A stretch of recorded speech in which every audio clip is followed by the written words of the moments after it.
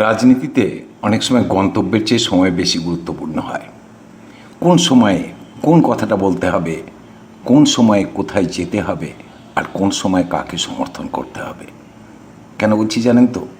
আপনারা জানেন যে মমতা ব্যানার্জি সোমবার যন্তর মন্তরে যাচ্ছেন ছাত্র আন্দোলনকে সমর্থন জানাতে। দিল্লি যাচ্ছেন। খবরটা কি সাধারণ মনে হচ্ছে? কিন্তু রাজনৈতিক ডিকশনারি বলছে মমতার দিল্লি যাওয়াটা সাধারণ নয়। রাজনীতি আমি 3 দশকেরও বেশি সময় ধরে কভার করেছি। একটা জিনিস বারবার দেখেছি, বড় রাজনৈতিক পরিবর্তন খুব কম সময়েই বড় কোনো মঞ্চ বা র্যালি থেকে শুরু হয়। অনেক সময় শুরু হয় একটা করিডোর মিটিং থেকে, ছোট্ট একটা বৈঠকে, অথবা এমন একটা সফর থেকে যেটাকে প্রথমে সবাই রুটিন বলেই ধরে নেয়। তাই এবারে মমতার এই দিল্লি যাত্রাকে আমি একটা সফর হিসাবে দেখছি না, কিংবা শুধুমাত্র নিট আন্দোলনকারীদের পাশে দাঁড়ানো হিসাবেও দেখছি না। আমি দেখছি এর আড়ালে কোনো বড় রাজনৈতিক সমীকরণের বীজ কি লুকিয়ে রয়েছে। আর মমতার এই সফরকে ঘিরে শুরু হচ্ছে কি রাজ্য এবং দিল্লি রাজনীতিতে বিরোধী রাজনীতির একটা নতুন অধ্যায়।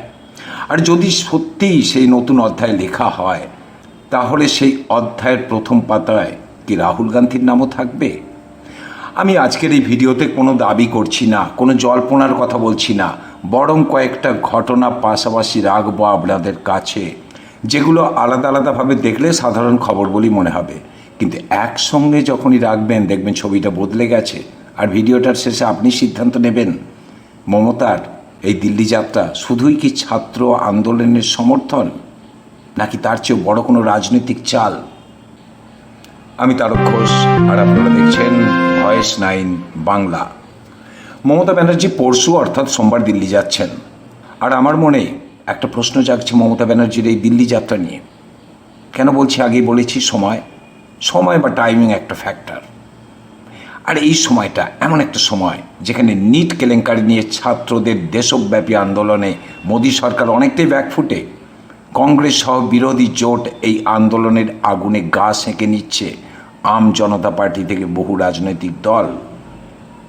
আর ঠিক এই সময় শুরু হতে চলেছে সংসদে বেশ কয়েকটি বিতর্কিত বিল পেশ করার ব্যাপারটা থাকছে, যেটা বদলে দিতে পারে ভারতবর্ষের রাজনৈতিক মানচিত্র। তাহলে বুঝতে পারছেন সময়টা কত জটিল। একদিকে মোদি অনেকটাই ব্যাকফুটে, বিরোধী শক্তি ক্রমশ বাড়ছে, আন্দোলন ক্রমশ ছড়িয়ে পড়ছে, আর মমতা ব্যানার্জি সে আন্দোলনকারীদের পাশে দাঁড়াতে চাইছেন। তাহলে ভাবুন। কিন্তু এই যে মমতা ব্যানার্জির সফর, এটা কিন্তু শুরু হয়েছিল বাংলা থেকেই, মমতা ব্যানার্জির 21শে জুলাইয়ের জনসভা থেকে। এই জনসভায় মমতা ব্যানার্জি যে বক্তৃতা দিয়েছিলেন তার একটা অংশ খুব গুরুত্বপূর্ণ ছিল।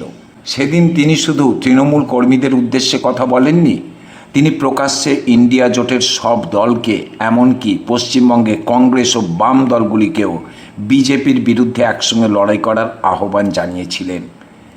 কিন্তু এই কথাটা তিনি সেদিন বললেন কেন? 1.5 মাস আগে বলতে পারতেন, 1 মাস আগে বলতে পারতেন, 10 দিন আগে বলতে পারতেন, 6 মাস পরেও বলতে পারতেন। কিন্তু 21শে জুলাইয়ের মঞ্চ থেকেই কেন? কেননা রাজনীতিতে জানবেন অনেক সময় ক্যালেন্ডার দেখে সব কিছু ঠিক হয় না, ঠিক হয় প্রয়োজন দেখে। সেদিনে যে বিরাট ভিড় হয়েছিল মমতার জনসভায়, যেটা আশা করেননি অনেকেই, মমতা ব্যানার্জি নিজেও হয়তো আশা করেননি, সেই ভিড় দেখেই তার প্রয়োজন ঠিক করে নিয়েছিলেন। আর সেই দিনই তিনি ঘোষণা করেছিলেন তিনি ছাত্র আন্দোলনের পাশে দাঁড়াবেন। কেন? কেননা মমতা ব্যানার্জি শুরু করতে চলেছেন তার রাজনীতি 3.0। তিনি খুব ভালো করে বুঝে গেছেন আগামী দিনের রাজনীতির ব্যাটন এবং তৃণমূলের ভবিষ্যৎ নির্ভর করছে তরুণ প্রজন্মের দিকে। তাই তিনি চলেছেন দিল্লিতে তরুণ প্রজন্মের পাশে দাঁড়াতে, এবং একই সঙ্গে এই বার্তাটা পশ্চিমবঙ্গের ছাত্রদের কাছেও পৌঁছে দিতে তিনি যুব আন্দোলন ছাত্রদের পাশে রয়েছেন।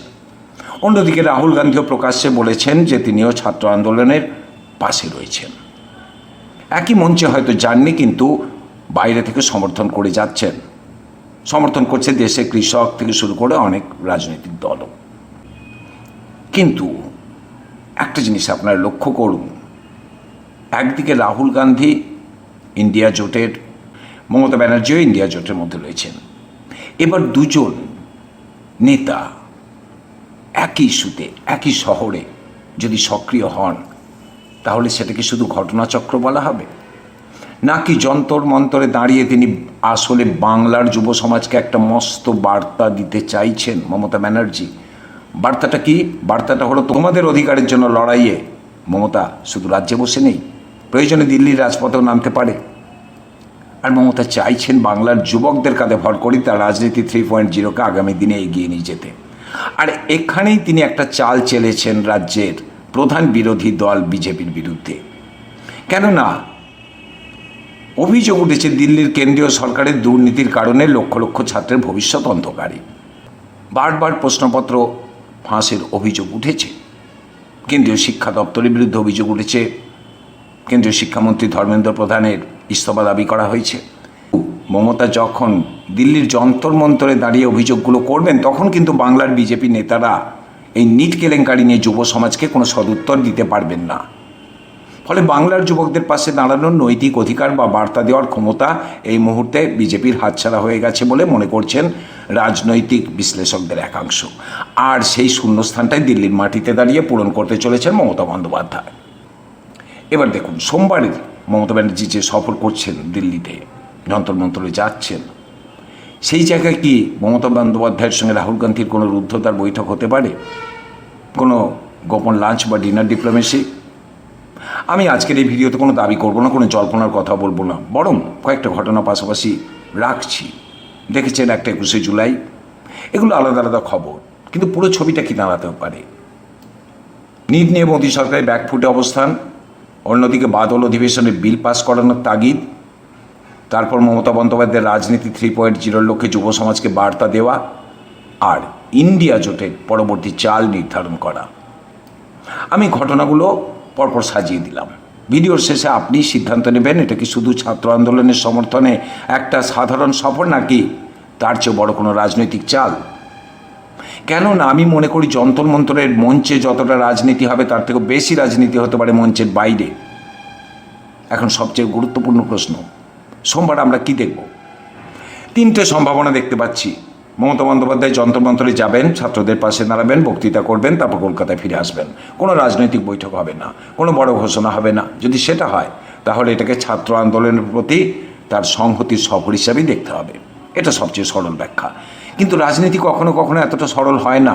দ্বিতীয় সম্ভাবনা আসি, ধরুন কোনো আনুষ্ঠানিক ঘোষণা ছাড়াই মমতা বন্দ্যোপাধ্যায়ের সঙ্গে রাহুল গান্ধীর দেখা হলো, ছবি বেরোলো, হয়তো 5 মিনিট, হয়তো 15 মিনিট, হয়তো বা সৌজন্য সাক্ষাৎ। প্রশ্ন হচ্ছে, এই ছবিটা কি কোনো বার্তা দেবে? আমি মনে করি এই একটা ছবি গোটা দেশের বিরোধী রাজনীতিতে নতুন আলোচনা শুরু করে দিতে পারে। কেননা গত কয়েক বছরে বহুবার দেখা গেছে রাজনীতিতে ছবি অনেক সময় বক্তব্যের থেকে শক্তিশালী হয়ে ওঠে। আর তৃতীয় সম্ভাবনা আরও আকর্ষণীয়, ধরুন কোনো বৈঠক হবে না, কোনো ছবি আসবে না, কিংবা বৈঠক হলো ছবি কোনো এলো না, কিন্তু কয়েকদিন পরে বিরোধী দলগুলোর একটা যৌথ কর্মসূচি ঘোষণা করা হলো, অথবা সংসদে নতুন একটা সমন্বয় দেখা দিল। তাহলে কি আমরা বলবো তাহলে যন্তর মন্তরই ছিল সেই শুরুর বিন্দু? আরেকটা প্রশ্ন করি, এই মুহূর্তে সবচেয়ে বেশি কি দরকার মমতা বন্দ্যোপাধ্যায়ের? বাংলার সংগঠনকে চাঙ্গা করা, তাই তো? কিন্তু সেটাই কি যথেষ্ট? আমার মনে হয় না। কারণ একজন আঞ্চলিক নেতাকে আবার জাতীয় রাজনীতির কেন্দ্রে ফিরতে হলে তাকে জাতীয় ইস্যুতেও নামতে হবে। ছাত্র আন্দোলনের মতো একটা জাতীয় ইস্যু সেই সুযোগ এনে দিতে পেরেছে মমতা ব্যানার্জির সামনে, রাহুল গান্ধীর সামনে।